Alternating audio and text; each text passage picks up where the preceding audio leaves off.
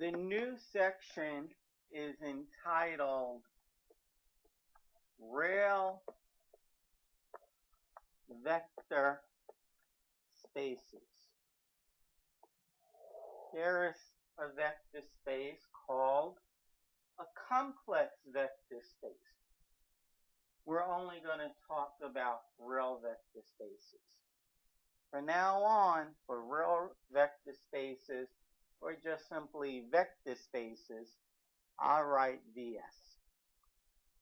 So be the last time I write the word real and vector space. A real vector space is a triple.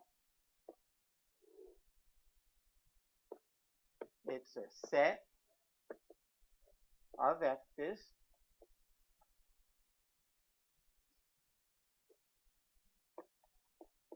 with two operations.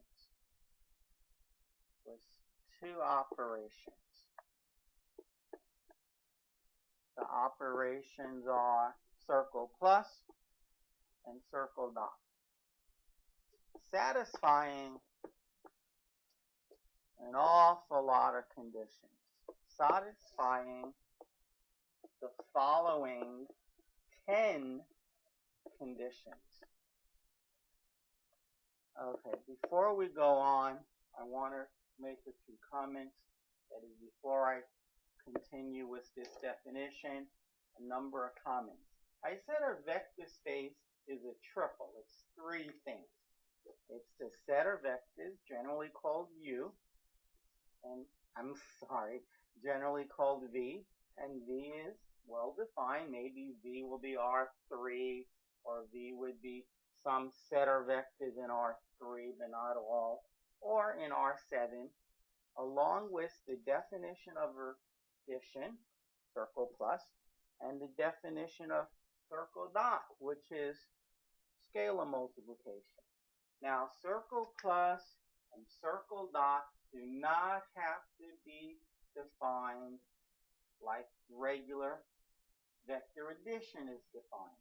For example, if you wanted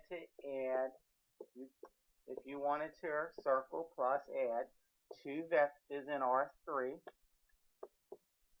there's absolutely no reason why you can't define circle plus to be.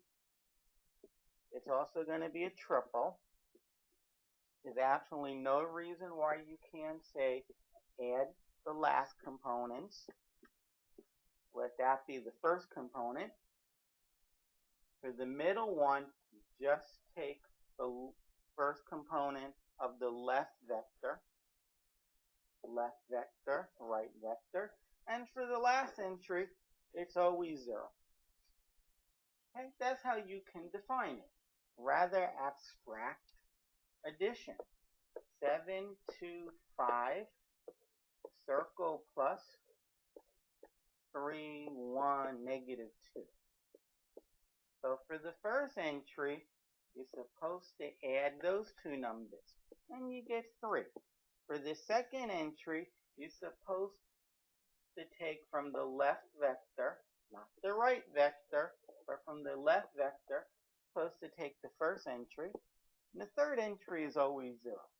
Now, if that's not abstract addition, then I don't know what is.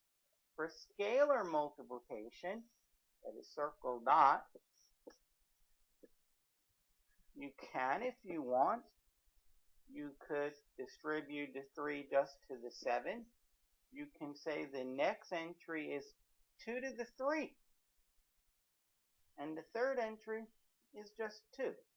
The scalar in front has no effect on it. Now, if this were an 8, then this one would be 2 to the 8. And 8 times 7 would be the first entry. It doesn't have to be normal, everyday vector addition.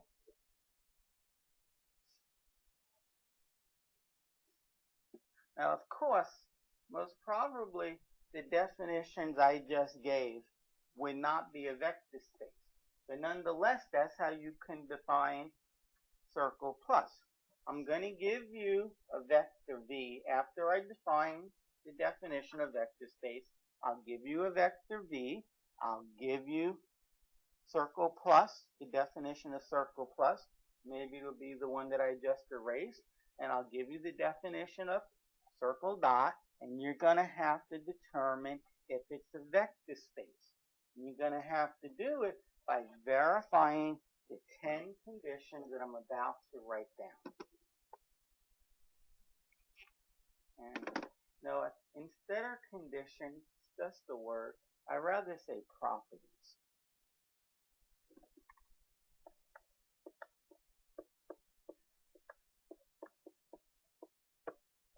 The first one is called alpha.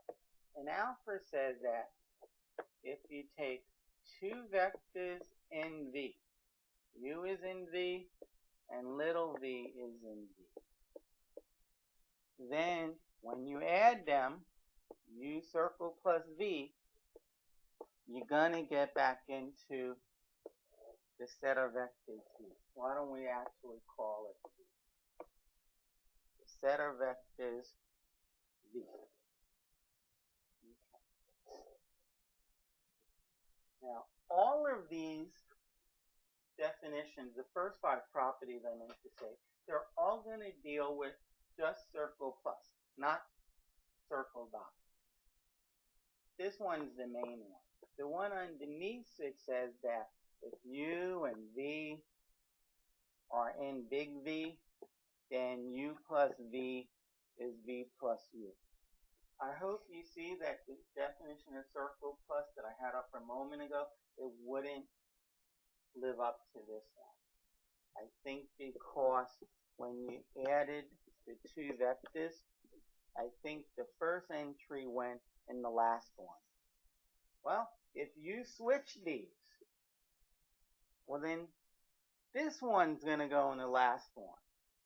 And there's no reason why these two entries have to be the same.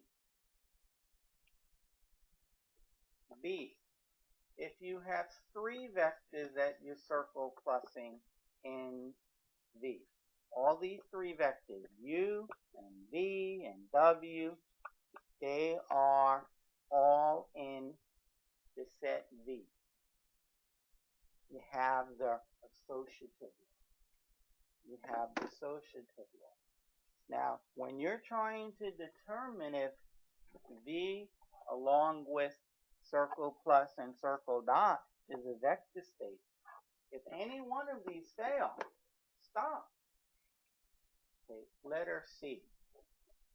There exists a 0 vector in V such that the 0 vector plus any vector in U will just equal to the vector U. And this is for all U in V. Now, you're probably brainwashed into thinking that the 0 vector always has zeros. That's not true. That's not true. If you have U1, U2, U3, and I define circle plus very unusually, I define it to be this. V1, I add on V1, V2, V3. And I define it by adding the first components, U1 plus V1, and then adding 1. And then add the second components, and then add 2. And then add the third components, and then add 3 to that. Suppose that is how I define circle plus. Well, let me try to write what I want up here. So what would you add to U1, U2, U3?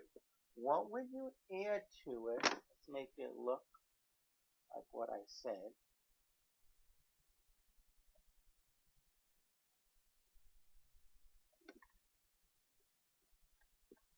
What would you add to it so you get back, well, in case I need more space, what would I add to it? So I get back vector u. That is, I get back this vector. u1, u2, u3. Okay. Well, if I put nothing here, when you add these two, you'll get u1 plus 1. You always have to add 1. So I'm going to put negative 1. This way, when you add these two, you'll get u1 minus 1, but then you add the 1 to get back to u1.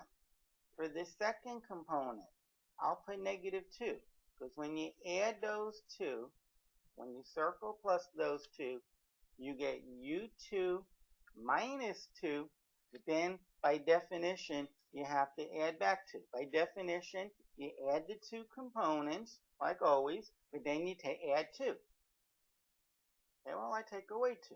Now, over here, use 3. If you take away 3, you'll have u3 plus negative 3, but then you add back 3. That just gives you u3. Okay, so this here is the 0 vector. The 0 vector is not the vector that always has 0. It's the vector that you add to all vectors or to any vector in the vector space, and you get back the same vector. What do you add to 7 to get back 7? And whatever the answer is it's called 0. Okay, what do you add to this vector to get back itself? And the answer is the 0 vector. And the 0 vector happens to be negative 1, negative 2, negative 3. Okay, so now just want to show you one last thing. What if we added the vector that had all zeros? What if we added the vector that had all zeros? 0, 0, 0. Well, by definition, we're going to get the following. u1 plus 0 is u1, but don't forget to take away 1. u2 plus 0 is u2, but please don't forget to take away 2. u3 plus 0 is u3, minus 3. Okay, that's not the vector u. This vector, even though it has 3 nice zeros in it, it is not the 0 vector for this addition. So don't always think that the 0 vector has to have all zeros. Because if you do, you're wrong. Now, it doesn't get more abstract than that. The 0 vector doesn't have to be the vector that has all zeros. You got it. And if you do add the vector that has all zeros, it doesn't behave like the 0 vector. That is, when you add 0, 0, 0 to a vector, you don't have to get that vector back anymore. This is correct. This is correct. Life is no more piece of cake. Things are getting more complicated.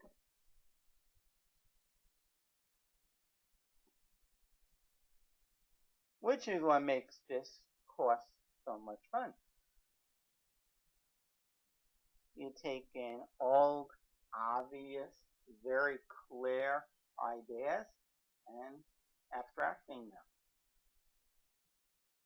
There exists a 0 in V such that 0 vector plus u is equal to u for all u's in the set V. Okay. Now, the last one that talks about just plus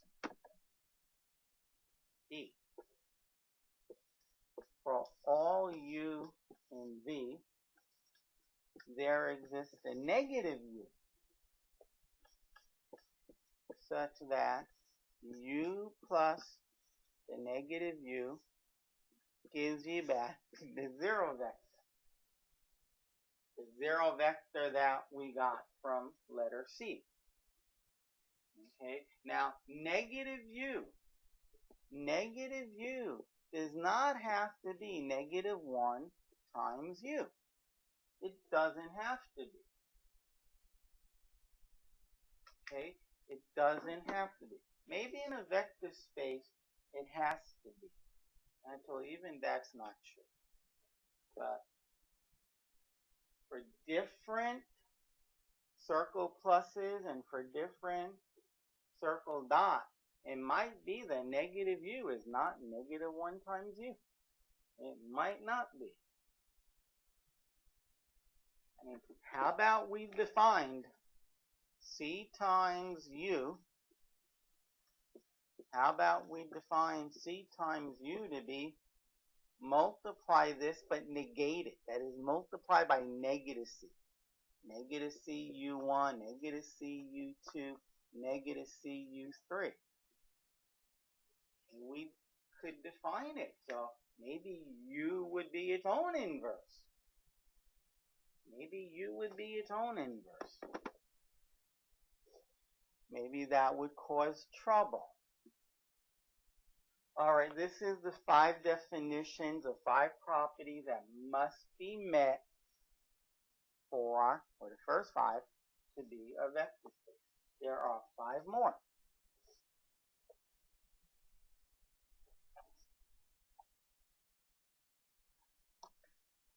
The next and last 5, they talk about circle dots.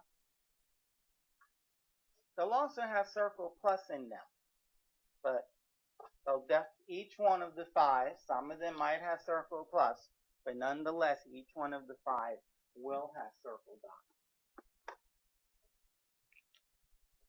The first one we call beta. It says that if C is a real number, and U is a vector in the set V, then C circle dot U must be in V. This is closure for circle plus. Take any scalar, multiply it or dot it with a vector in the set V, you will get back a vector in the set V.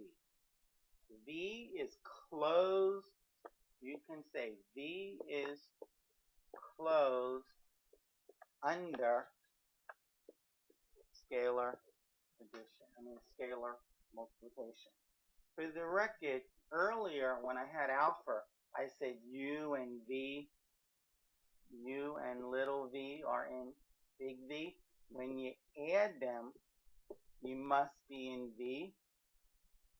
This says that V is closed under circle plus. Closed means you never leave the set. You take any vectors in the set V, and when you add them together, you will get a vector in that set. Now, for example, if I define V to be R3 minus, that is not including, 000, then we have a problem, because to be in V, you can be any member of R3 except not 000. Well, that means that 8, 7, negative 2, that's in V. And negative 8, negative 7, and 2 is in 8. And if addition was defined to be circle plus, addition was defined to be regular vector addition, well then you add the first 2, you get 0, which is okay. You add the second 2, you get 0, which is okay. And then you add the third 2, and you also get 0, which is not okay, because this is not in V. So this set V is not closed under addition. This set V is not closed under addition. This same set, what is circle plus what is ordinary? So you take any vector in R3 and you scale it with, say, the real number 0. And it's ordinary scalar multiplication. You're going to get back 0, which is not in the vector space. Sorry, we don't know V is a vector space, but it won't be in the set V. V is not closed. Well, definitely V is not a vector space because the very first condition said, this first condition for scalar multiplication, beta, it says it must be closed. C dot U for any scalar C, for any real number C, C dot U must be in U. Okay, so if it isn't, you didn't make a mistake, you just don't have a vector space. Okay, so that's beta. Now we have E, F, G, and H to talk about. I think the rest, not only do they have circle plus, not only do they all have circle dot, but I think they all have circle plus somewhere in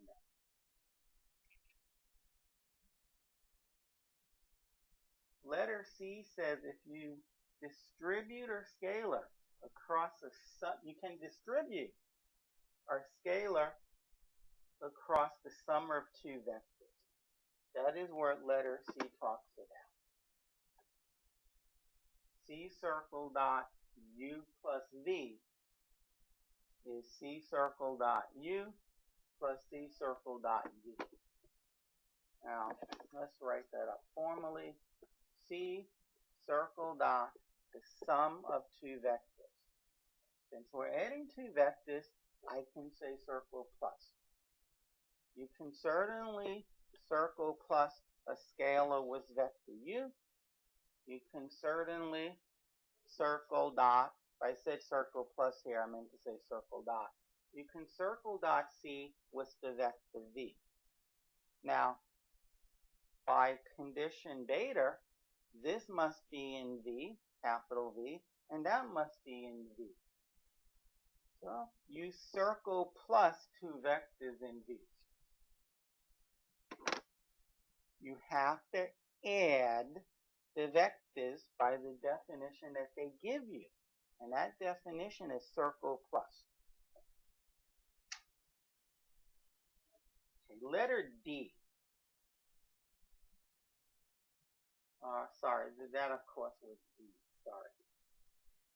Letter F says you have C circle D, C plus D, and you circle that with vector U. Now, let's talk about this plus. Is that plus circle plus? Should I have C circle plus D? The answer is no. Circle plus is only when you want to add two vectors. C is not a vector, it's a scalar, and D is not a vector, it's a scalar. So no, it will not be circle plus. It's just ordinary addition. Well, you can distribute. This is C circle dot U plus D circle dot U.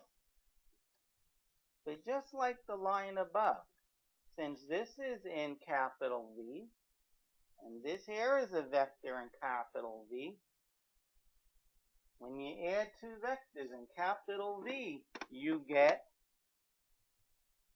add them via circle plus. You add them according to the definition of circle plus. Okay. Letter G says that if you have C circle dot D circle dot U, you can bring the D out in front. you have CD circle dot U. Now, why is it not C circle dot D? Because C is a scalar, which is okay. So let's look at C circle dot D and see if it makes any sense. C is a scalar, and you're circle dotting it with something. It looks good. But what you circle dot C with must be a vector. And D is not a vector. Sir, real number. So you can't circle dot real numbers.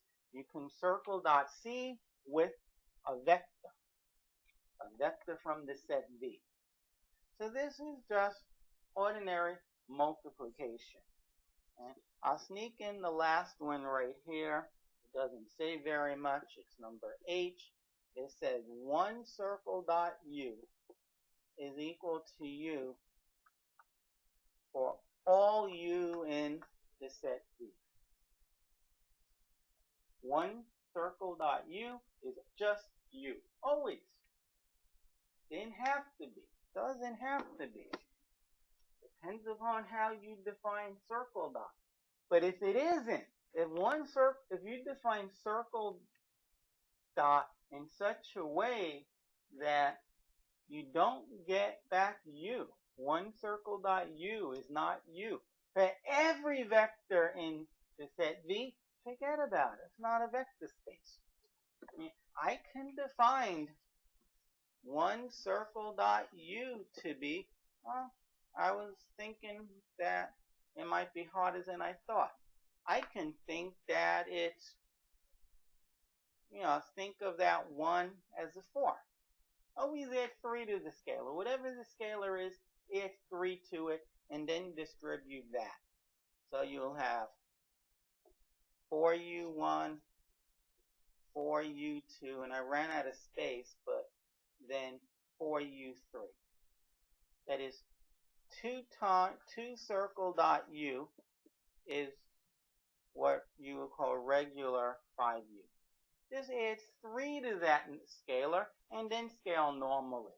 You can define it any way you want. The only thing is that it may not be a vector space. Okay? How you define circle plus can be as abstract as you want. How you define circle plus, it can be any way you like. Just remember, you might not have a vector space. You may not have a vector space. The first thing we're going to go through, it's a proof, but it's really one where you need to suffer through this stuff. I'm going to show that for any n, r raised to the n is a vector space.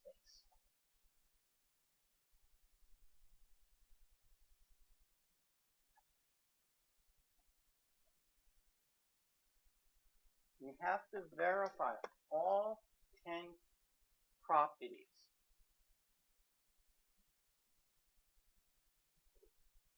There. Rn along with regular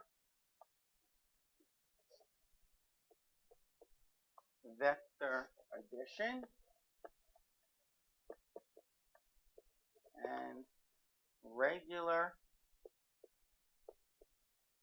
scalar multiplication is a vector space. Okay? It's just the way it is. It's a vector space. Well, it isn't. I shouldn't have said that's just the way it is. Because we're going to prove it. Okay? Well, alpha. Let U and V both be in Rn. Okay? We know U plus V is in Rn. Now, why am I not writing U circle plus V? Because in this case, circle plus is regular addition. Oh, it's in Rn. I mean, if you want to prove it, you can say let U be U1 through Un, and vector V be V1, V2 through Vn, then U plus V will be U1 plus V1 all the way down to Un plus Vn. Now, how do you get to B in Vn? There's two things. You better have a total of n entries, and each entry better be a real number. Well, if U is in Rn, then U1, U2, U3, etc. up to Un are real numbers. Same with V. V1, V2, all of them, those are real numbers. And when you add two real numbers, you always get a real number. This is in Rn. This is in Rn. Okay, it's a known property of Rn. You add two vectors in Rn, you get back a vector in Rn. Now, for the most part, I'm going to say that statement for every one of these 10 conditions. It's not a no property, K-N-O-W, but it's a known property. Somehow I didn't put the second N in.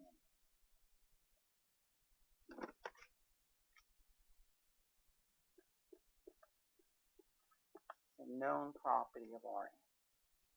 Okay, now what about A?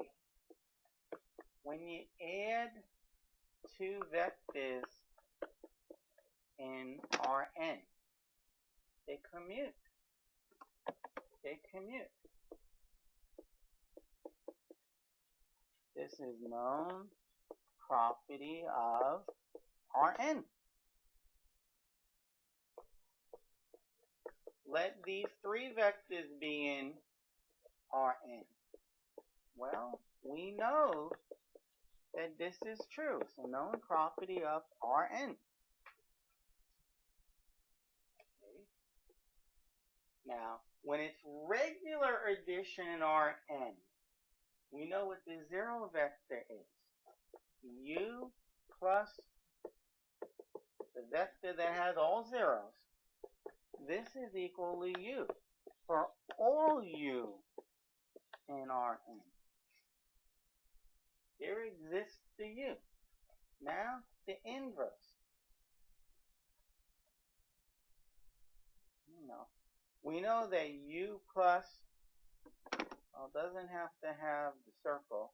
We know that when you add U and negative U, you get back the zero vector for all U in Rn.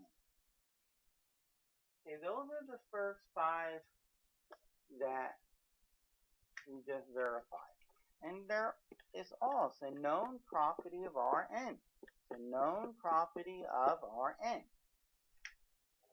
So there really wasn't much to prove other than to just write it up.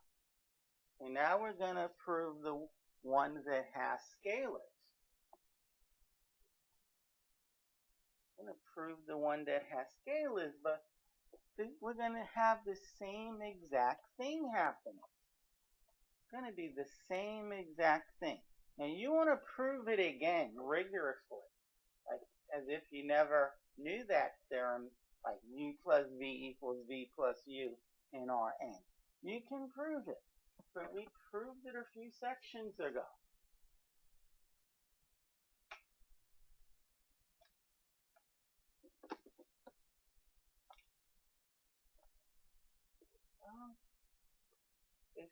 If C is in R and U is in Rn, that implies that is, we know this. We know that C times U is in Rn. I mean, U has n components. You multiply each of them by C, you're going to get something with n components. This is a known property of Rn. Okay, the next one, which is called E, I think. It says C times U plus V is Cu plus Cv. Oh yeah, we actually proved that. It's a known property of Rn. Letter F says that if you have, this time you're adding two scalars and multiplying it by a vector, you can distribute. This is Cu plus Bu. And yeah, this is a known property of Rn. We proved this one before. C times Bu. This is Cd times U. It's a known property of Rn. And letter H is 1U is U. This is known property of Rn. Therefore, Rn, regular plus, regular dot, is a vector space. And you change the way you add, and you change the way you multiply, and/or you change the way you multiply, you may not have a vector space anymore. You may not have a vector space.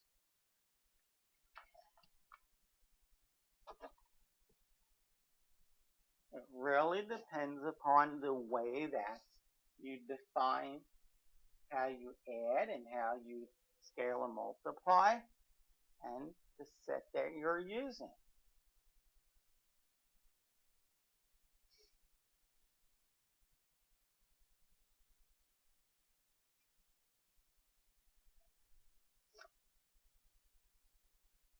Now, in terms of checking to see whether or not something's a vector space or not, it's probably best to first check the closure properties.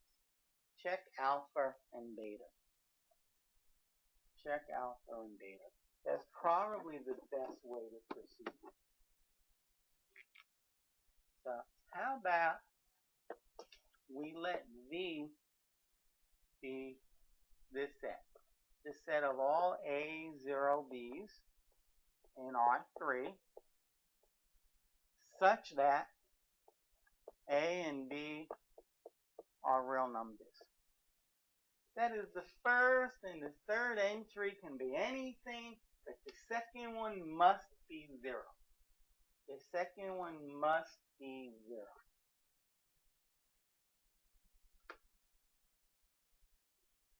Now, suppose we define circle plus by A0B circle plus a different vector. First you add the third components normally. That becomes the first component. The second component is just 0. You want to say you add the zeros, fine. And then you add the first components and let that be the third component of the sum. And we define circle dot by, just let it be regular. Now, I probably should have called those B's C. Well, maybe not, because C's in front. In any case, it's regular. CA 0. C times 0 is 0. And CB. It's regular scalar multiplication. The question is the following. Is V circle plus circle dot a vector space? It makes absolutely no sense to say it's V a vector space. If on an exam your teacher says is V a vector space, you say, I don't know. You didn't define circle plus. You didn't tell me what circle plus and circle dot was. Okay. Really big on that. Because I can have many vector spaces with V. I can have many non-vector spaces with V using different pluses and dots. But if something failed, one of those 10 properties failed with each and every one of these circle plus and circle dots. Okay, so now we need to check to see if it's a vector space. Let's check alpha. Let U equal to U1, say 0, U3, and V equal to V1, 0, V3. So now, what is U circle plus V? Well, first we're supposed to add the third components together. So you get U3 plus V3. Then we're supposed to get 0. And then we add the first components. Now, how do you get to be in V? And there's just a few things. You should be a triple. The first and third numbers should be real. And the middle number should be 0. Well, I have a triple. And since U3 and V3 are real numbers, when you add them, you get real numbers. Likewise, this is a real number. So we have a triple, real number, and the number 0. That's enough for me. That's in V. Now, like I suggested, you should try alpha and beta first. Let C be any real number. Let C be any real number. And U be in the vector space. Sorry, in the set V. C circle dot U is C circle dot U1, 0, U3, which is CU1, which is a real number, 0, which is a real number, and then C times U3, which is a real number. And that's in V. In fact, for both alpha and beta, we had most of it already. We've already said what U plus V equals. We said it right here. Well, there it is. Here, now, all I didn't do was call them U and V. What I didn't say is here, that's in the set V. And we've already said what C circle dot U was. We already said it. We said it right here. I could have called U A0B, this alphabet soup that I called it something else. All I had to say was it's in V. All you really had to do was say, yeah, this is in V, so that would be alpha, and this is also in V, so this whole thing is beta. So don't just say it. Verify it in your mind that, yeah, that these things are in V.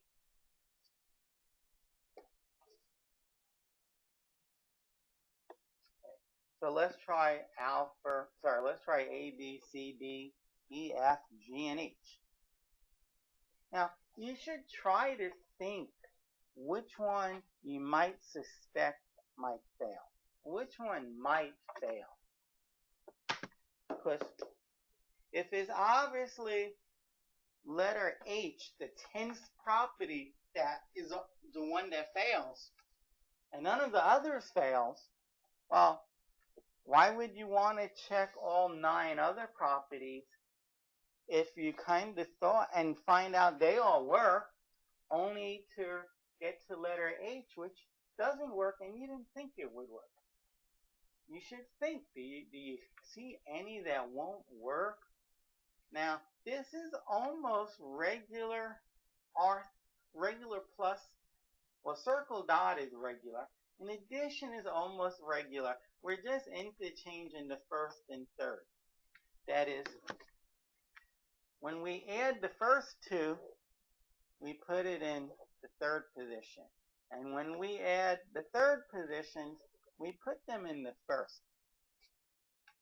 This seems like it's going to work, and zero's always in the middle. This seems like it's going to work, so we need to go through all of them.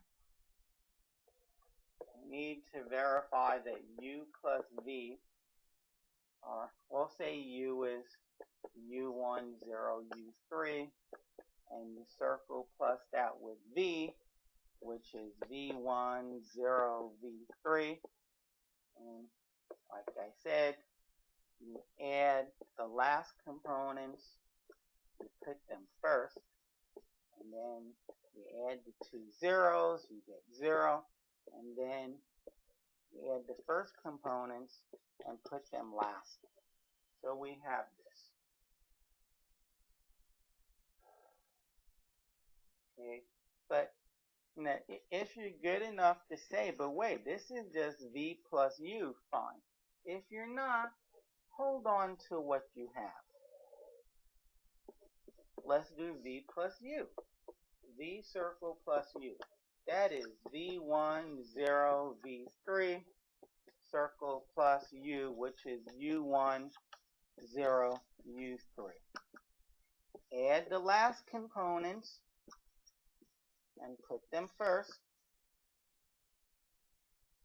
So we're kind of adding in reverse. Then we add the second component and then put it in the second position. Then we add the first positions, v1 plus v3. And then you just erase this, please. And then you look at the two results and you ask yourself, are they exactly the same, or can you easily get them to be the same? Now, they don't look exactly the same. And after all, this one starts with u3, that one starts with v3. So clearly they're not exactly the same, but that's regular addition of real numbers. I can switch the order that I add in. 0 is 0. But u1 plus v1 is the same as v1 plus u1.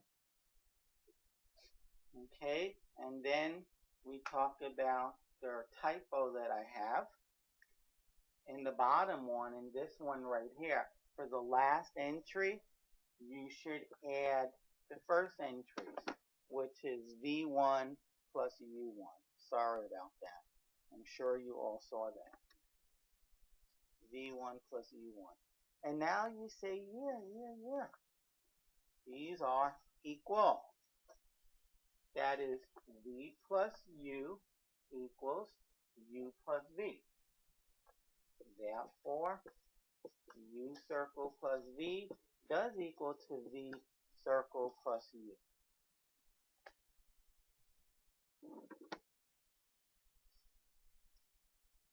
So our A has been satisfied. Now, B talks about adding 3 vectors. And you could use associative property. You don't have to take the first one and add it to the second one, and then add that result to the third. You can first add the second and the third, and regardless of what you get, you can add that, let me just say it correctly. How about I just say you can take A and then add that result.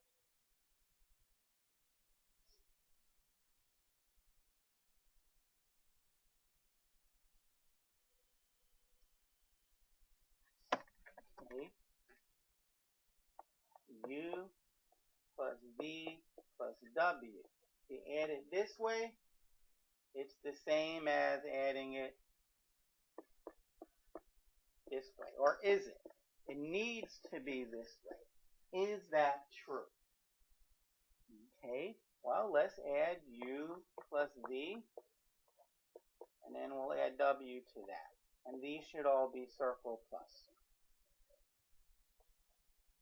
Well, u plus v, using the definition from before, is u3 v3 comma 0 comma u1 plus v1. And w is just w1, w2, w3. Okay? Now, when I circle plus this vector with that vector, first I add the third components together. u1 plus v1 plus w3. That's the first component. And I do have one little typo. w2 must be 0, because it's in the set V, and V has a 0 right in the middle. I add the two middles, I get 0, and then I add the first. u3 plus v3, and then I add w1 to that.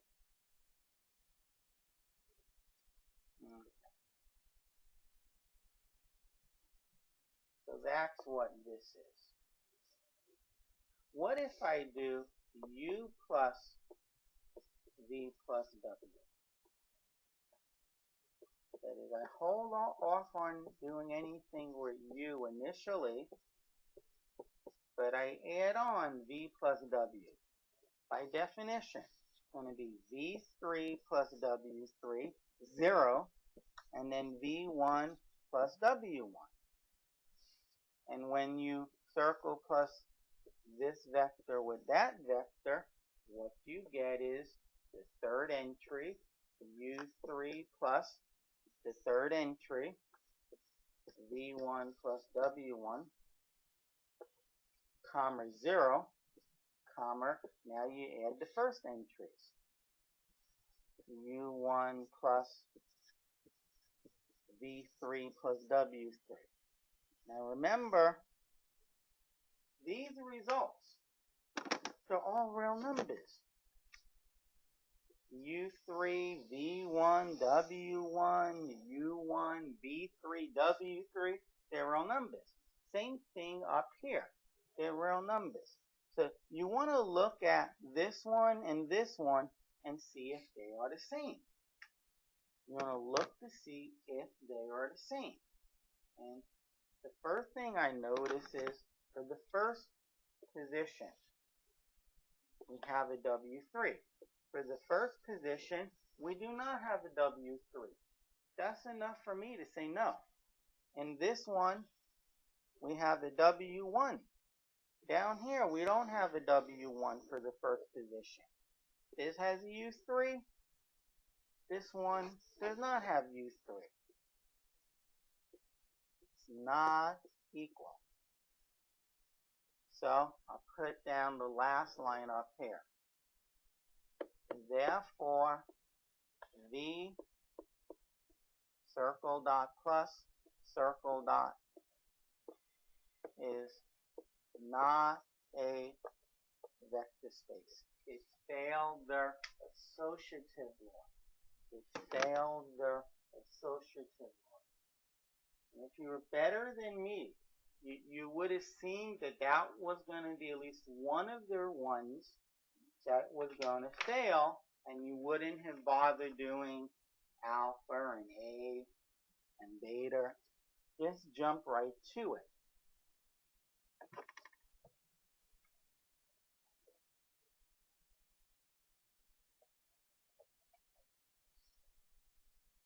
Now, I'm not saying none of the others will fail. I'm not saying that they'll all pass. They all might fail. The bottom line is I found one that failed, and I move on. A good exercise would be to try the others. Try the others. See if you can find some others that actually fail. Okay. Now here's the good one because it makes a good point. Let V be the set of all triples, x, y, z, in R3, such that x, y, and z are real numbers. Oh, there's another name for this. Oops, or in R3. This is another name for this set. It's R3. R3 is the set of all x, y, and z's, all triples where there's no restriction on any entries. They're all real numbers. X is a real number, y is a real number, z is a real number. So V is R3. And circle plus is regular vector addition. If you want to say, you can say in R3. And circle dot is not regular. It's defined by C circle dot x, y, z is we just scale the z component. We just scale the last entry by z. Sorry, by c. So the question is this a vector space? Now, alpha, A, B, C, and D only talk about circle plus. But we have R3, which is not necessarily a vector space. We have R3 with regular vector addition. And you don't have regular scalar multiplication. But you know what? These don't involve scalar multiplication. They only involve regular vector addition. So alpha, A, B, and C, D are all satisfied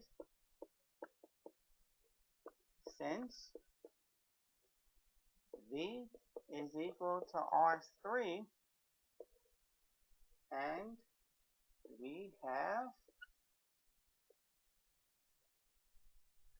regular addition. Remember, if we had R3 plus regular addition, and regular scalar multiplication, it will be a vector space. Oops, R3. It will be a vector space. And it will satisfy those five, alpha, A, B, C, and D. But wait a minute. They didn't even use scalar multiplication. Alpha, A, B, C, D does not use scalar multiplication. So even if you don't have regular scalar multiplication, those five will be satisfied. Just because you have R to some n and regular addition, the first five will be satisfied. Likewise, if we didn't have regular, I was about to say if we didn't have regular addition, but we did have regular scalar multiplication, that the last five will be satisfied. But that's not true, because most of the last five talk about, let me say U and V. The last five also have vector addition. So maybe the multiplication, the scalar multiplication is ordinary or regular, but the plus doesn't have to be. But if you have R2 some n and you have regular addition, then those first five are satisfied. So we only have to check the last five. And you should give a look at the last five and see if any of them would fail.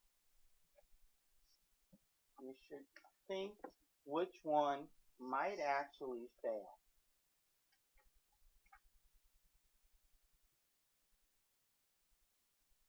personally, I don't see any.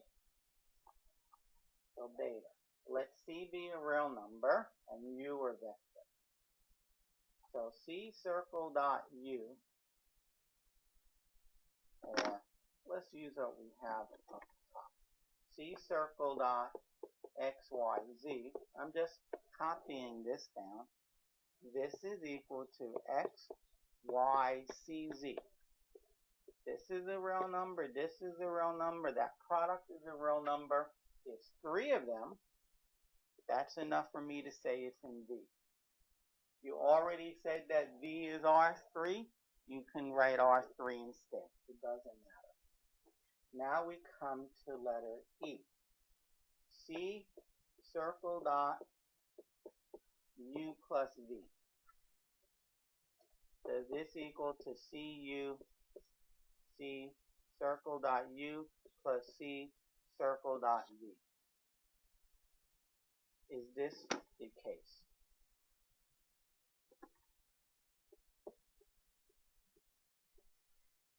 Is that the case?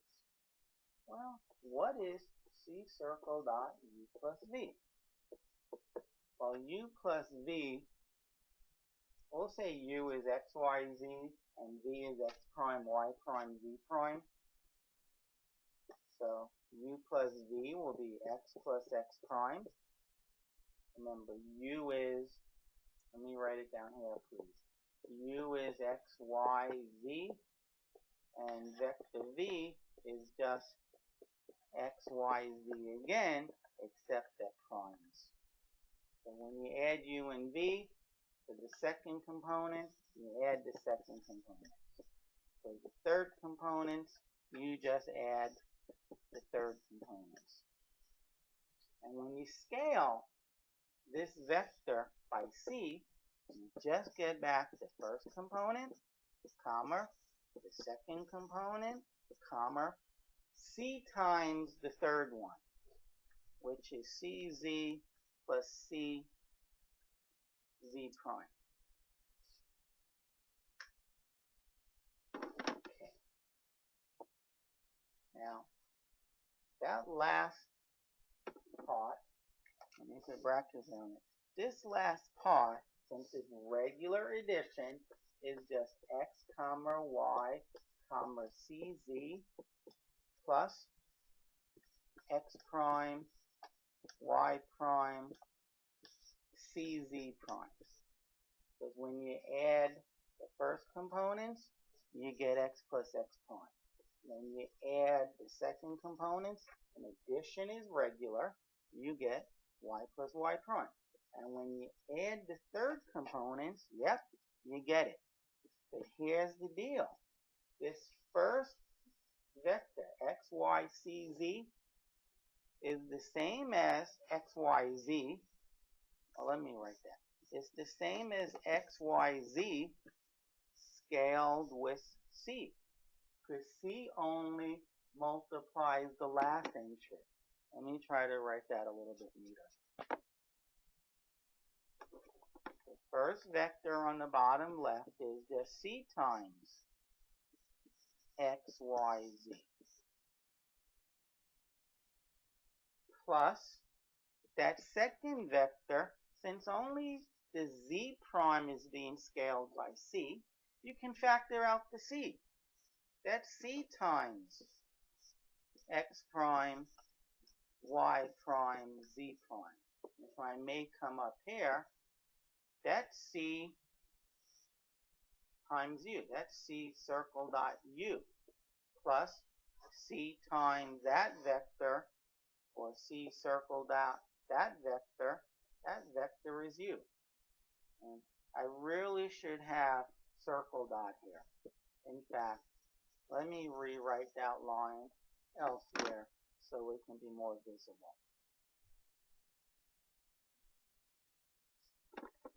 I will put it right here. In the first sum, that C can factor out. So yeah, C times X, Y, Z plus, when you factor out the C, it becomes circle plus. When you factor out the c, it becomes c circle dot. C circle dot x, y, z plus, in the second vector, you can factor out the c and circle dot it with x prime, y prime, z prime. And here is 100% where it all comes together. That's u, c circle dot u, okay? Plus c circle dot v, plus c circle dot v. And that's exactly what I wanted to get. That's exactly what I wanted to show, that this, which is right here, is equal to this, which we actually concluded. So letter E has been verified. Let us go into letter F. We have to verify all of these. But we lucked out a little bit. We didn't have to very rigorously do the first 5. Since B is R3, and we have regular circle plus, the first 5 are correct. By this theorem that says Rn, regular addition, regular scalar multiplication, is the vector space.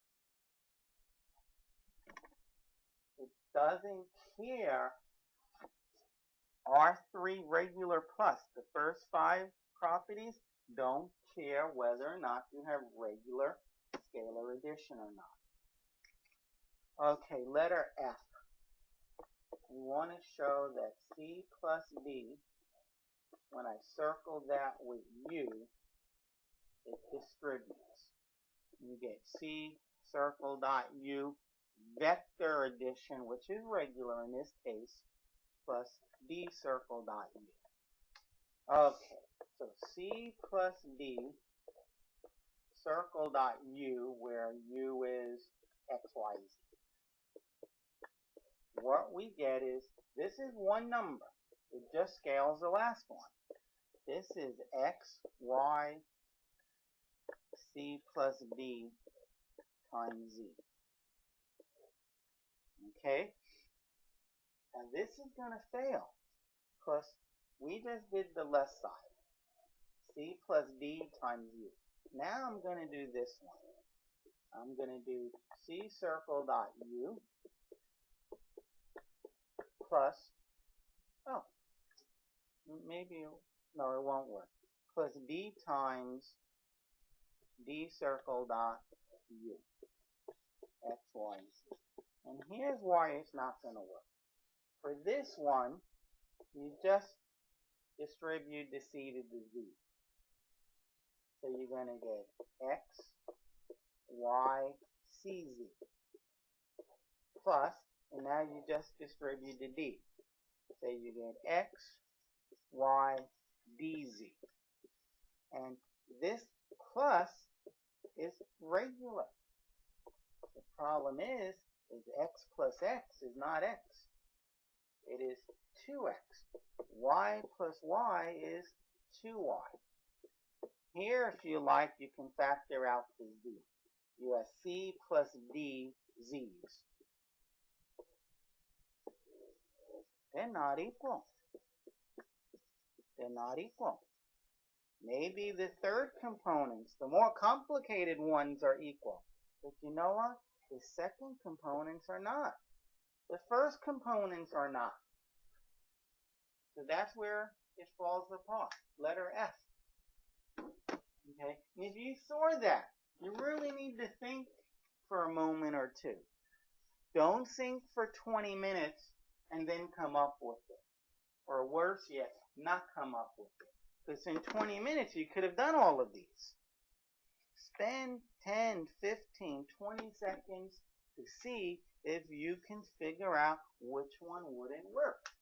And personally, I didn't see this one not working. I did not see this one not working. Now, let's talk about our favorite topic. Let's talk about matrices. After all, if this course was not entitled Linear Algebra, it would have been entitled Matrix Theory. Matrix Theory and more. So you shouldn't have a big topic like vector spaces and not talk about matrices.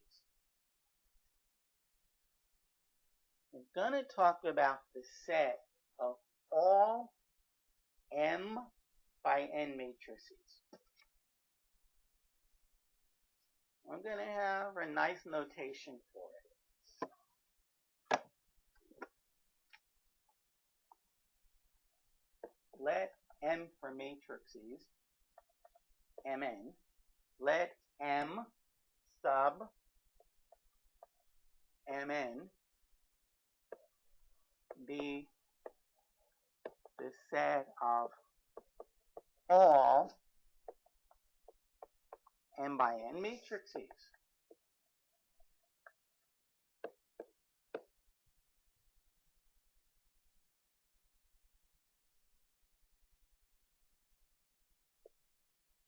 Claim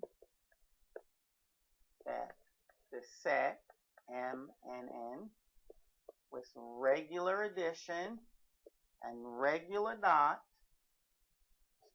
Hard to write dots on the smartboard, sorry. The regular dot is a vector space. Okay. Right. So let's prove it. Alpha. Let A and B be in M and N. That is, they're M by N matrices.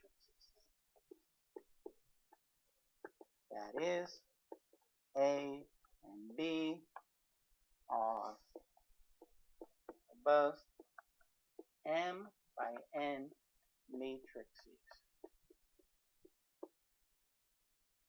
That is, they're the same size. We talked, think back at the very, very beginning of this video. We showed that we talked about how the only way you can add two matrices is if they're the same size. And you get back the matrix of that same size. So A plus B is also an M by N matrix. And hence, in the set of all M by N matrices, okay, alpha. A plus B equals B plus A. We're going to assume this, okay? This is property of matrix addition. Matrix addition commutes. B. We've learned that if three matrices are the same size, the way you add them is up to you. You could move the parentheses around. Can't change the order. Why is this true? Property of matrix addition.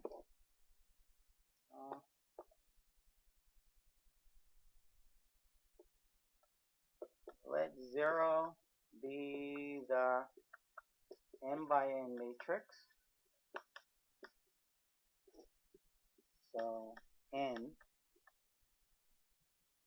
so it's in their set M sub Mn. Let 0 be the M by N matrix. Use entries are all zeros. Okay? So A plus 0 is A. For all A in this set. The property of matrix addition. Matrices have a zero vector. Okay, letter D talks about inverses.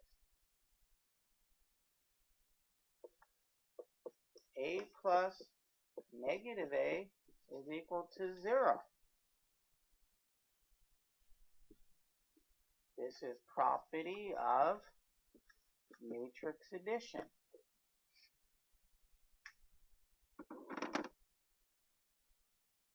Okay, the alpha and crew are done. Crew being A, B, C, and D. Now let us verify the next and last 5. And they're all just going to follow. Remember, we proved rigorously that if A and B are the same size, that A plus B equals B plus A. We don't have to prove it anymore.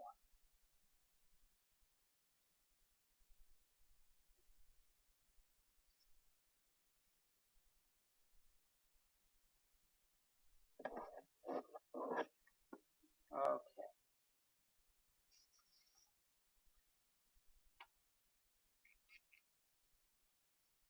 So beta. C is in R. A is in M and A. So C times A is in M and N.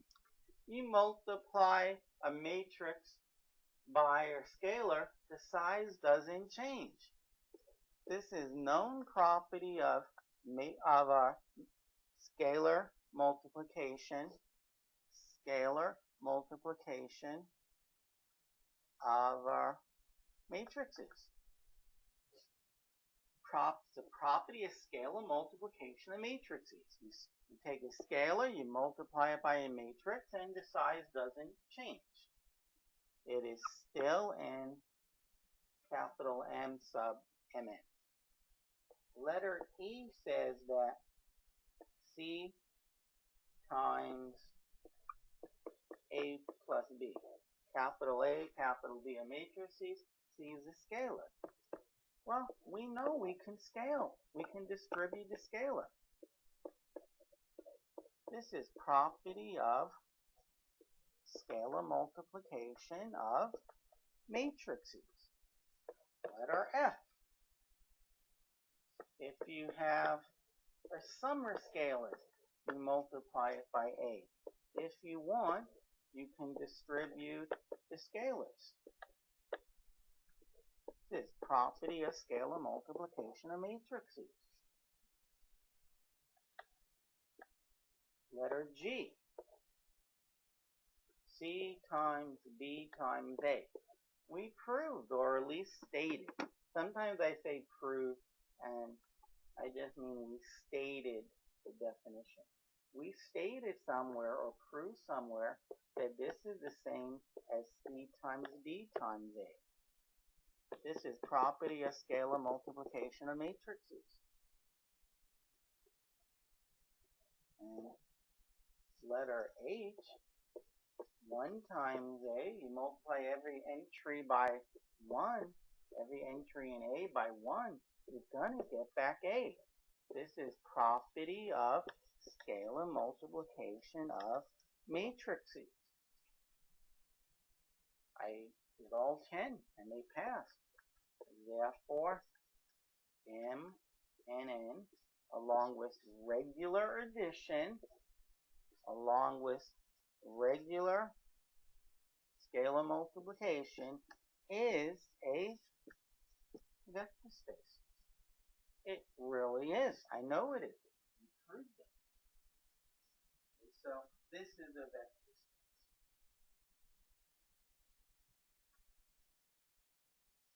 Now we're going to move on to our polynomials and talk about polynomials.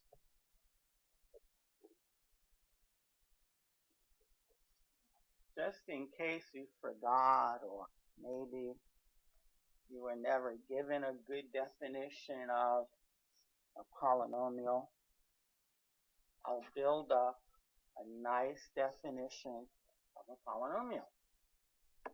In my opinion, the best way to define a polynomial is the first to define a monomial. A monomial is of the form a number times a letter, doesn't have to be x, raised to a number. The number times x to a number. Or that number down there can be any real number, and the number up there can be a whole number. And to remind you, whole numbers have 0 and 1 and 2 and 3, etc. So any real number like pi times a letter to one of these numbers, that's a monomial. 13 over 15, that's a real number, times z to the 13th power. That's a monomial. Now, remember that t to the 0 is 1. So 7 is equal to 7 times 1. There's my 7, and my times 1, I want to write it that way. Well, this 100% is a polynomial. That's a real number. That's a letter, and that's a whole number. We allow the number 0. Well, if this is a monomial, then so is that. Any number, like negative 34 is a whole number because it's negative 34 times 1, z to the 0. Okay, z to the 0. So, monomial. Now, what's a polynomial? Poly means many. For the record, mono means one. One of these,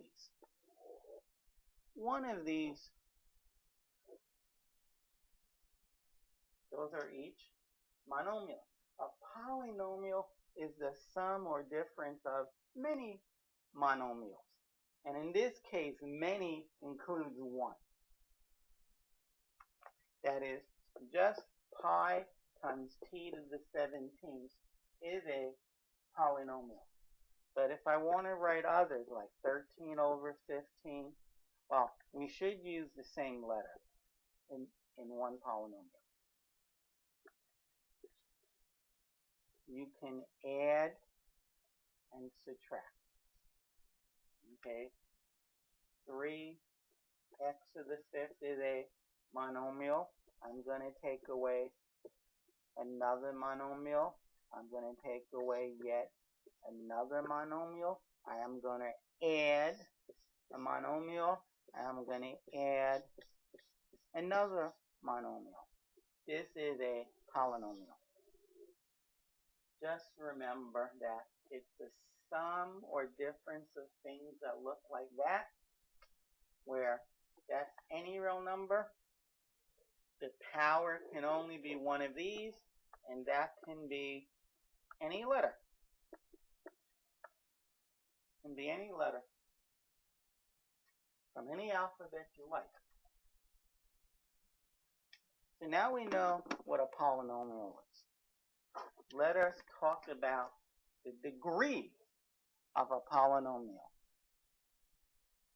So the degree of a polynomial in their letter x is the highest power of x that you see.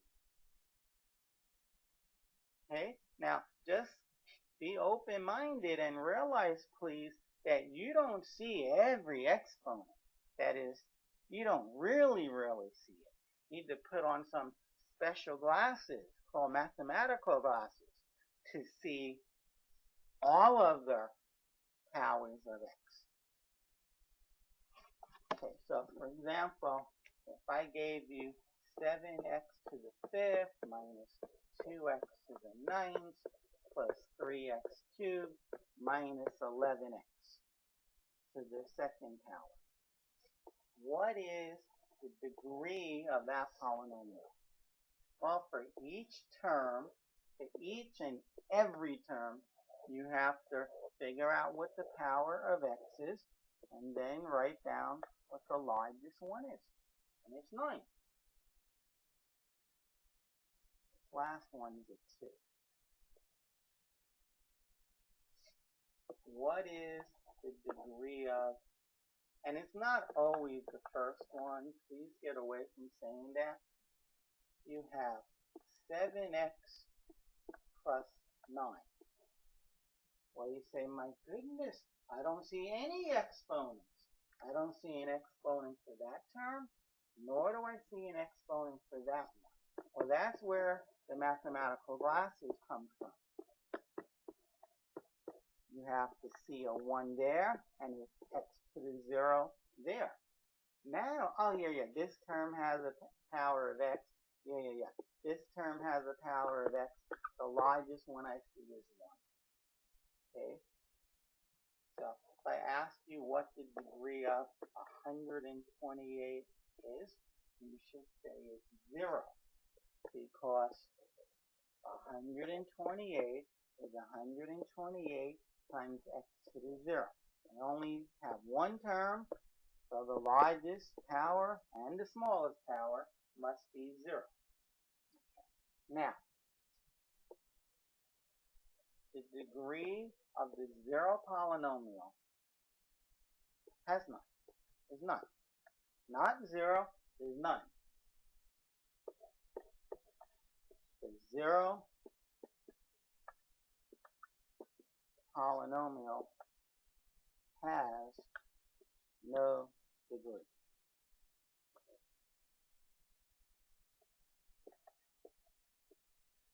By definition,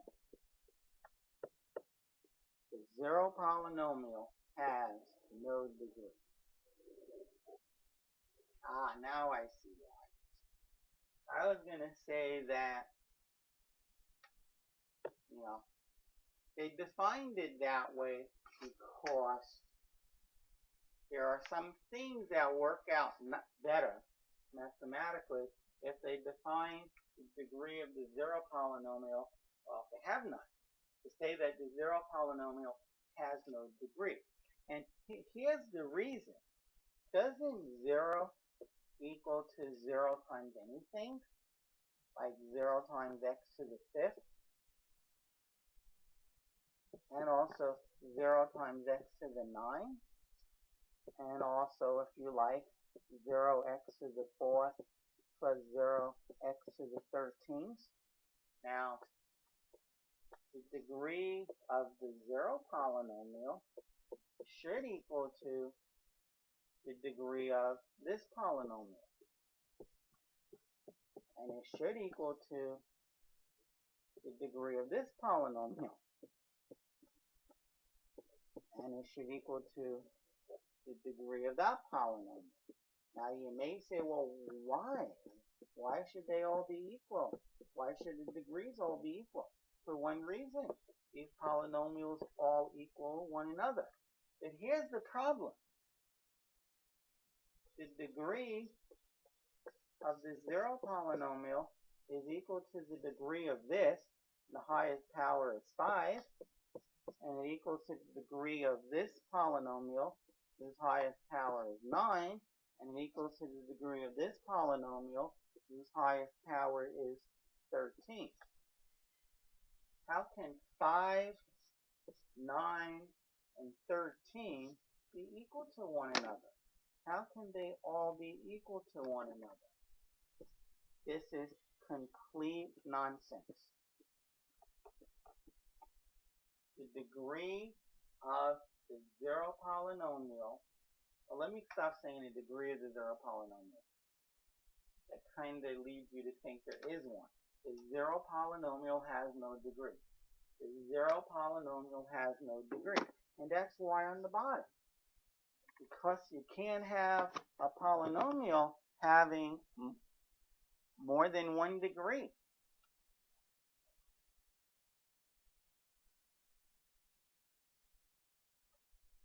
Remember, if two things equal a third thing, then they must equal one another. If the degree of the zero polynomial is 7 and the degree of the zero polynomial is 9, then 7 must be 9. And we couldn't possibly allow that to be.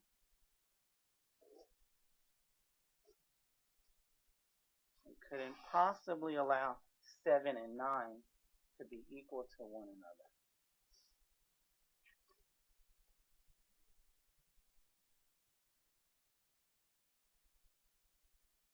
So we make this definition. Going to say, let P sub n denote the polynomials, let's call it a set of polynomials. Let P sub n denote the set of all polynomials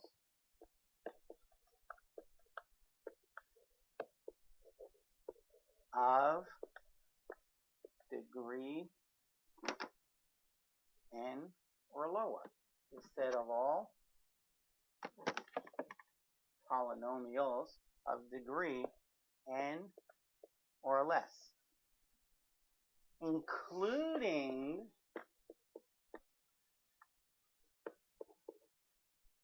the zero polynomial.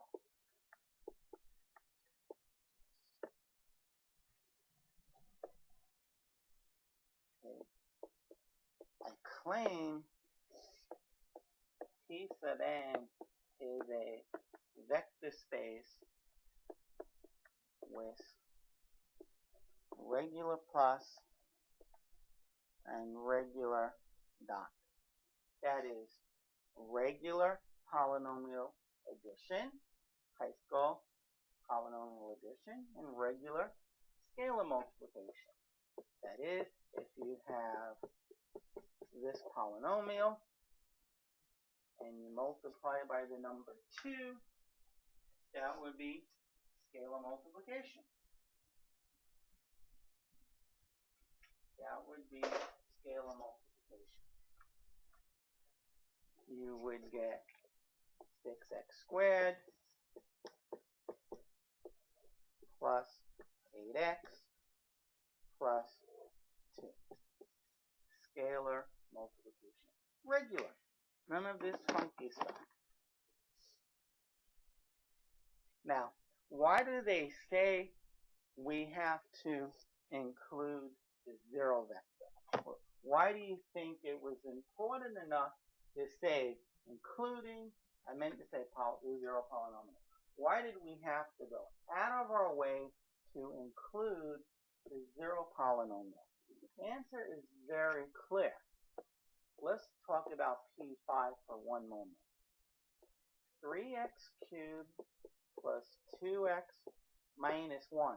This is of degree 3, which is 5 or less. That is, this polynomial is in P5. And this polynomial, whose degree is less than or equal to 5, this polynomial that I'm going to write, will have degree of 2. This is in P5. Now remember, to be a vector space, they have to be closed. Well, when I add these two polynomials, I get 0.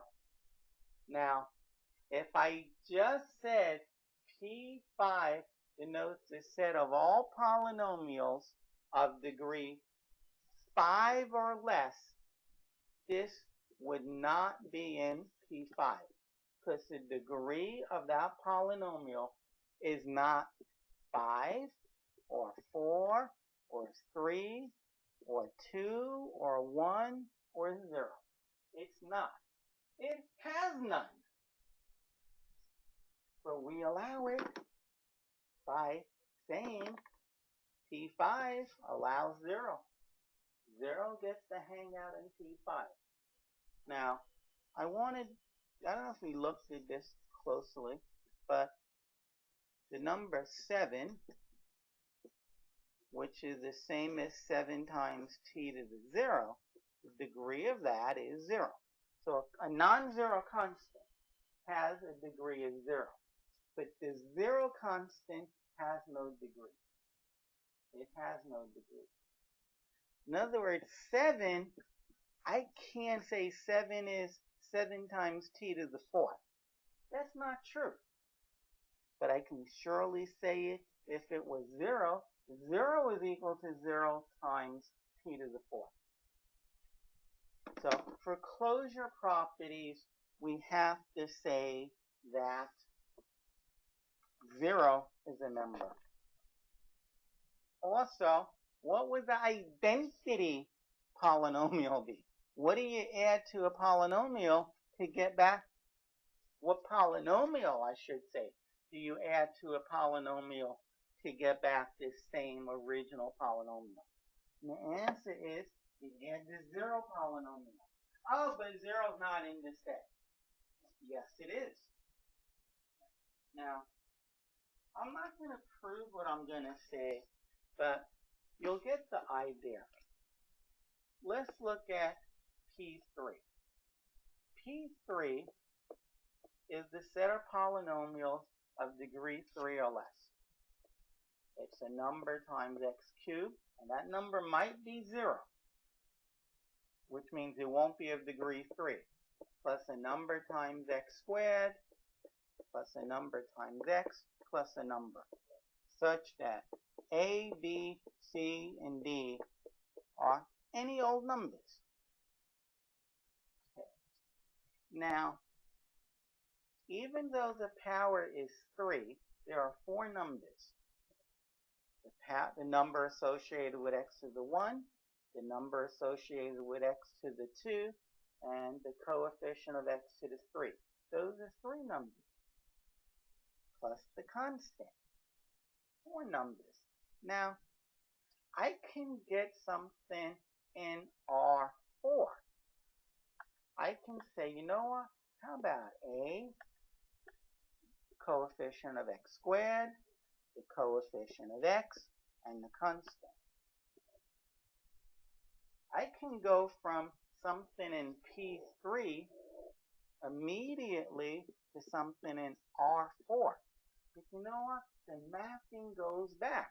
I can take the first entry of something in x to the 4th and put it as the coefficient of x cubed. And the second entry in R4, put it as the coefficient of x squared.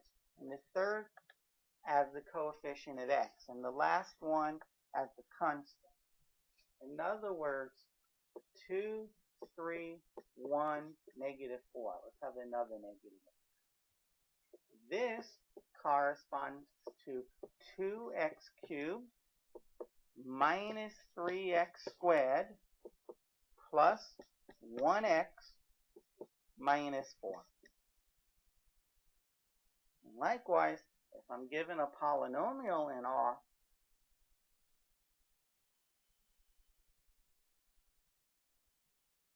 if I give you a polynomial in P3, 2x cubed plus 7x squared minus 2x plus 11, that will give me, now the first entry must be the coefficient of x cubed.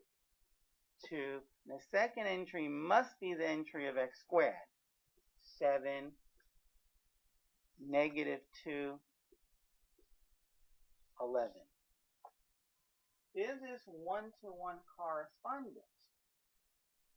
Okay, now if you take into account how we add polynomials, you're like, oh my, it's the same way we add vectors. The same way we add polynomials is the same exact way we add vectors. And the same way we scalar multiply a vector is the same way we scalar multiply a polynomial.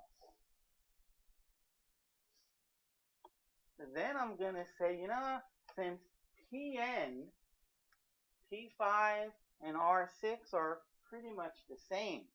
Pn and R raised to the n plus 1 are pretty much the same. And since R to the n plus 1 is a vector space, so is P sub n. Now, if you add two vectors in P3,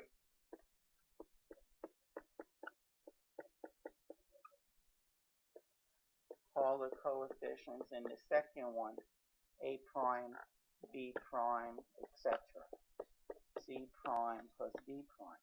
Well, when you add these, you get A plus A prime x cubed plus B prime x squared plus C prime x plus D prime. Okay, but catch this. This is mapped to A, B, C, D in R4. And this is a mapping to A prime, B prime, C prime, D prime. The mapping goes both ways.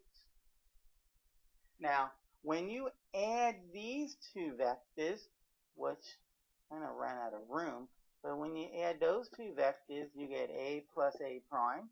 You add the first, then you add the seconds, B plus B prime, then you add the thirds, C plus C prime, and then you add the last entries, D plus D prime. But that corresponds to this. These two correspond. Matrix polynomial addition and our matrix addition for these two sets seem to be exactly the same. Whether you're in P3 or R4. Everything below this line on the left is going on in P3. Everything on the right is in R4. Now you may say, what if this polynomial is not of degree 3? Well, then fair enough. That would be a 0. And if that was the case over here, that would be a 0. And when you add the two zeros, you're going to get 0. Well, R4 allows the first entry to be 0. In fact, it allows any of the entries to be 0 in R sub 4. Okay, so addition works very nicely. Let's look at scalar multiplication. Let's see what happens when we scale things. That couldn't possibly also work. Just be like a miracle. We've been studying polynomials since I don't know what grade, early on, probably maybe even before junior high school. And now we're learning that it was really vectors. Yeah. Well, first, before I say yeah, let's conclude that scalars also work. If you have R times AX cubed plus BX squared plus CX plus D, what you get is RAX cubed plus RBX plus RCX plus RD. Okay, but this polynomial is, we're claiming it is just like that. And if we multiply by R, you get R times A, R times B, R times C, and lastly R times D. But look, the first entries match, their x squared coefficients match with the second, their x coefficient matches with the third in R4, and the last entry, the constant, matches with the last entry of the vector in R4. Yeah, these have this one-to-one correspondence. They're the same. Of course Pn is a vector space. Pn is the same as, whatever that means, the same as r to the n plus 1. Actually, it's the same as that. Well, you know what? Let me say the same on the left side. Using regular scalar multiplication and regular addition, these two are exactly the same. They're exactly the same. So if this is a vector space, well then so is this one. And by the way, and I'm jumping to Pn. There was nothing that I really did in P3 and R4 that we couldn't have generalized. The power of the R is always one more, because you have, in R3, you have a coefficient of the cube term. Well, let me say it the other way. You have a coefficient of x to the 1, a coefficient of x to the 2, a coefficient of x to the 3. In a way, it counted for us. 1, 2, 3. But don't forget the constant. That brings you to 4. Let's look at a larger polynomial, that is a larger degree, and we'll argue why. When we compare it to r sub n, the power of n will be 1 more. A polynomial in R6, is going to be a number times x to the 6th plus a number times x to the 5th plus a number times x to the 4th, etc. fx to the 1 plus g. Let's forget g for a moment. We'll think of that as the first coefficient because the power is 1. And this is the second coefficient. Look at the power. And this is the third. And that's the 4th and the 5th and the 6th. Oh, I could have just said 6 right away. Oops, I forgot the 1 in front. P6 and R7, they have the same things going on. They're just written differently. You know how in matrices, in solving system of equations, we stop writing down the x, y's, and z's? Well, that's all that's happening from here to here. We're not writing down x to the 6th, or x to the 5th, or x to the 4th, or x cubed, or x squared, or x. And then we just put commas between each entry. So we get A, B, C, D, E, F, G. This defines uniquely a polynomial in P6. It uniquely defines, by the way we've been making the correspondence, it defines a unique polynomial in P6. And that's all we needed to show. Now, if you really wanted to show that this is a vector space, you'd have to go through all of the definitions, all 10 properties.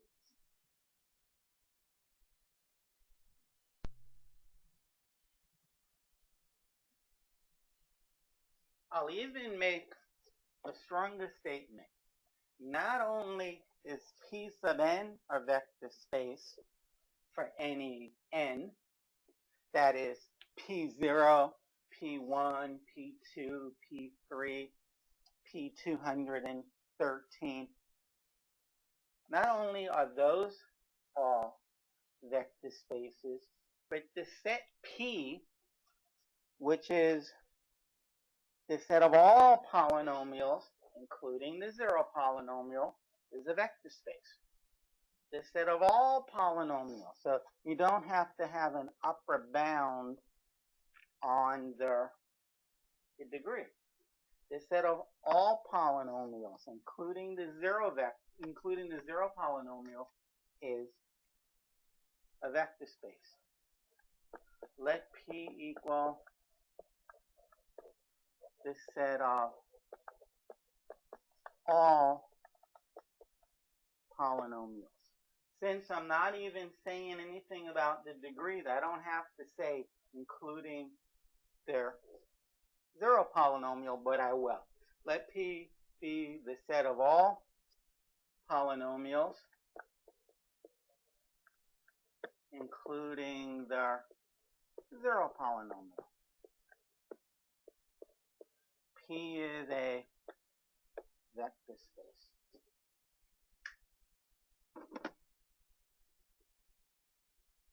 Now, there's really no equivalent for r to a power. This is like r to the infinity. Okay, we're not going to prove that one. Okay. Let's start winding down this section.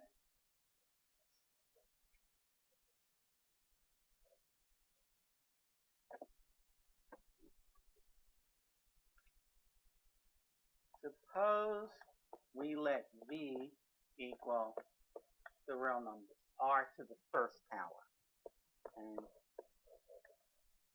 we define u plus v by simply u minus v.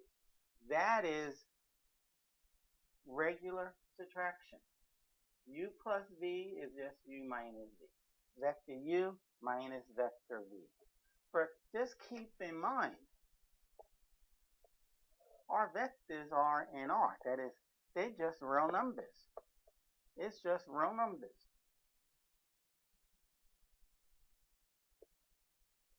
And circle dot is regular. That is C circle dot U is the real number C times the real number U. U is not a vector. That is. Okay. Is V comma circle plus comma regular scalar multiplication a vector space? They said it's hard to put a dot, but that's a dot. And the answer is no, because subtraction doesn't have the associative law. For example, is u plus v equal to v plus u? Well, u plus v is u minus v. And v plus u is v minus u. And this is all going on in R, real numbers. These are not equal. For example, 3 plus 4 is 3 minus 4 or negative 1. 4 plus 3 is 4 minus 3, which is 1. I don't get the same answers. So no. So V circle plus dot is not a vector space. For the record, associative law doesn't hold either. 4 circle plus 5 circle plus 6. This is 4 minus 5 circle plus 6, which is negative 1 circle plus 6 is the first number minus the second number, or negative 7.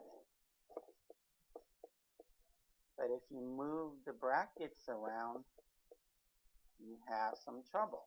Because this is 4 circle plus 5 minus 6, or negative 1. It's 4 circle plus negative 1. And that is this number minus that number. And I get 5. And negative 7 does not equal 5. If you preferred, you could have said 4 minus 5 minus 6, 4 minus 5 minus 6. It's not the same. This is negative 1. Take away 6 more is negative 7. This is negative 1, and 4 minus a negative 1 is 5. And note that they're not equal. They're not equal. Okay. So, now this wouldn't be a good section if we didn't prove even one theorem.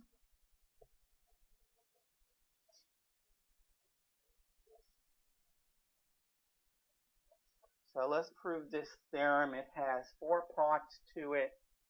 They're all elementary proofs. What I mean by that is something that a student taking linear algebra for the first time really should be able to do. And I was able to do it, and I am by no means anything special. So we have the set V is a vector space. And regardless of what plus and minus is, plus and dot is, it's a vector space. Regardless of what plus and circle dot is, 0 times u must equal to the 0 vector for all u in V. And statement B is the 0 vector. When you scale it with C, you'll get the 0 vector for all C in the real numbers. And before I go on anymore, I'm going to have this convention. Instead of writing C circle dot U, we're always now going to write CU. And instead of writing U circle plus V, we are forever going to write not C, but U plus V. Which means that when you see plus, it doesn't have to mean regular addition anymore. It can be that abstract type. And when we see or don't see or understand there's a scalar product going on there, it doesn't have to be regular scalar multiplication. It can be abstract. But regardless of what plus and minus is, these theorems are true. If CU is equal to 0, then C equals 0, or U is equal to 0 vector.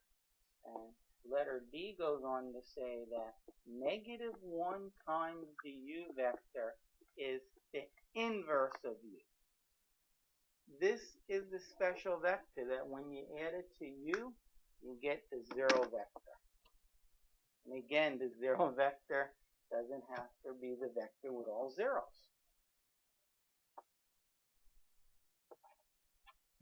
Okay. Letter A. Proof of letter A.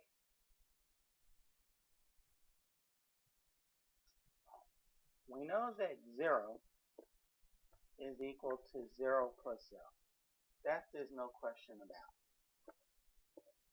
So, I'm going to multiply each of those scalars by U. Now, regardless of what circle dot is, because there's a circle dot here, we know that since V is a vector space, we know that one of the properties is that we can distribute, I think we call it C plus D, or circle dot U. We claim that you can distribute. Okay. Now, we're in a vector space.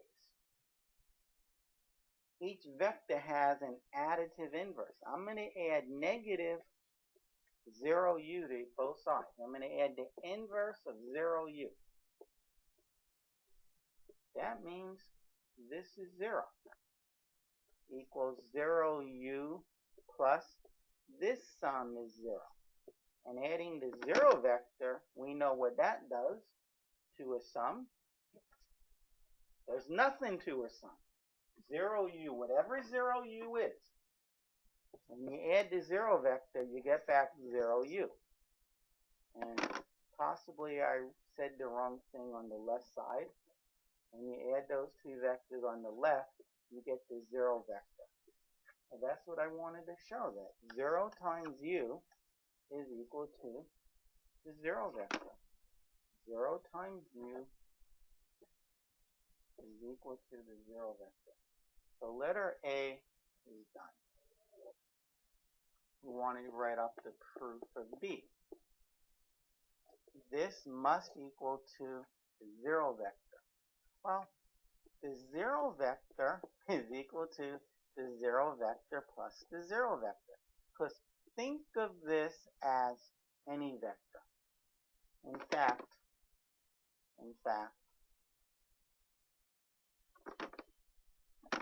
whatever vector I put in the box, when I add it to the 0 vector, I'm supposed to get back the same vector. That is, what goes in both of those boxes have to be the same. Because no matter what I put in there, when I add the 0 vector, I'm going to get the same vector back. Well, this is true even for the 0 vector. The 0 vector plus the 0 vector is the 0 vector. The 0 vector plus anything is the anything. Anything plus the 0 vector is anything. Okay. So the 0 vector is equal to the 0 vector plus the 0 vector. On the left, I'm going to multiply by c. On the other side, on the left, I multiply by c. But this is a vector space, and I know that this c distributes. I know that the c distributes. And I also know that vectors have inverses. I'm going to add negative c0 to both sides. And add the inverse of c times 0 to both sides. Negative c times 0. Whatever c times 0 is, when you add it to c times 0, you get the 0 vector. When you add these two, you get the 0 vector plus c times 0 vector. Well, the 0 vector plus any vector is equal to the any vector. And the left side is still the 0 vector. I just proved that this is the 0 vector. So I proved A and B. Now if you look at A and B, they're kind of like opposites one another. A said the scalar is 0, and B said the vector is 0. If the scalar is 0, you get 0. If the vector is 0, the scalar times the 0 vector is 0. Wherever you see 0, you get 0, it seems.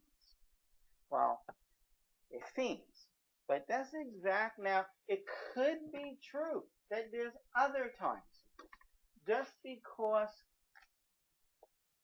0 scalar times u is always the 0 vector, and always any scalar times the 0 vector is always the 0 vector, that does not mean that 7 times u can also be the 0 vector. It doesn't mean that, it doesn't mean this. It doesn't mean this. Okay, just because the first two give you 0 doesn't mean that one or the other has to be 0. But letter C is saying yes. I mean, why can't there be other ways of getting 0?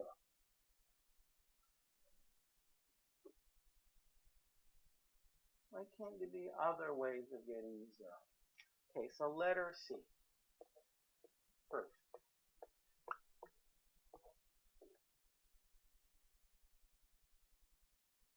Suppose CU is 0 vector. Now we have two cases. Case 1, C equals 0. Well, then we're done. Well, then we're done. because if CU equals 0, I want to show that this is 0 or that's 0. Well, if this is 0, we're done. All right? That was easy. Case 2. C is not 0. Well, if this is not the 0, 1, I need to show that U must be 0. Now, we know in a vector space, when we are in a vector space, U is equal to 1 times U. Okay? All right. But 1 is the same as 1 over C, because remember, C is not 0, so 1 over C is well defined, times C.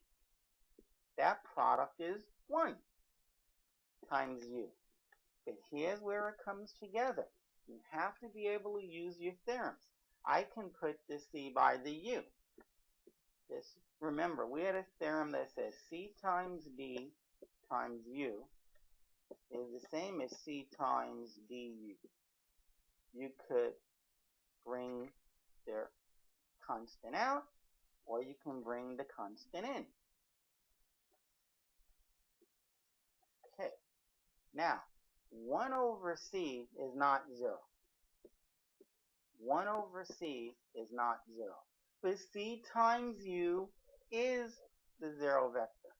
And now we know that a non-zero scalar times a 0 vector. This is B. A constant times the 0 vector is the 0 vector. This is the 0 vector by C. Sorry, I think I called it part B. Yes. So what does this mean? Well, first, let me get rid of this nonsense because we don't need it. And what this means is crystal clear.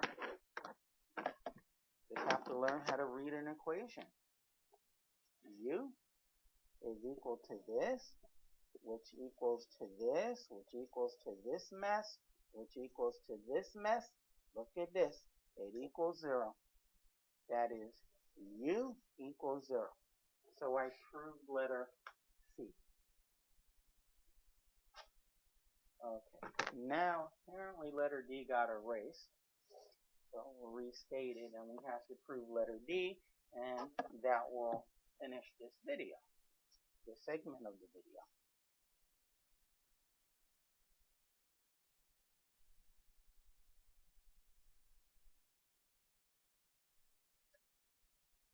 Okay. Letter D goes on to say that negative 1 times U is just negative U. Now, remember, I don't care what you call this, but if you get back the 0 vector, it's negative U. You want to call it negative 1 times U, you want to call it V, you want to call it W minus V, you call it whatever you want, but it's negative U. So that's what I want to show. I want to show that.